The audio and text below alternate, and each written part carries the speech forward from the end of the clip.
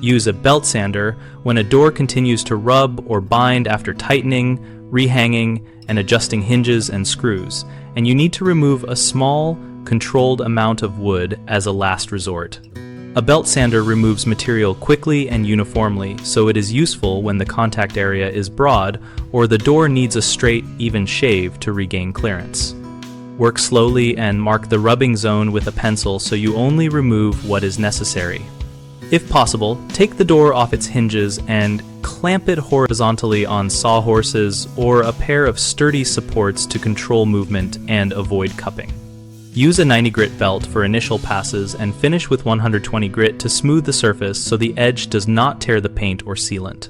Keep the sander moving along the grain and make short, light passes, checking fit every few seconds by rehanging or holding the door in place so you do not overcut.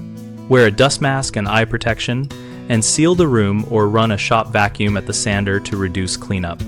The three most common mistakes are taking off too much material by staying in one spot, creating an uneven taper by sanding across the grain, and ignoring finish and paint damage, which can allow moisture to swell the door later.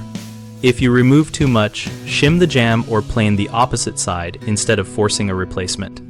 To avoid a tapered edge, sand with the grain and use a guide or straight edge. If the sanding already created an uneven surface, true it with a hand plane or sandpaper wrapped around a block. For finish damage, sand back to smooth and reseal or repaint the worked area promptly to protect the wood. BigHomeProjects.com helps homeowners find local contractors who offer carpentry and door trimming services and gives contractors a place to find new work and showcase examples.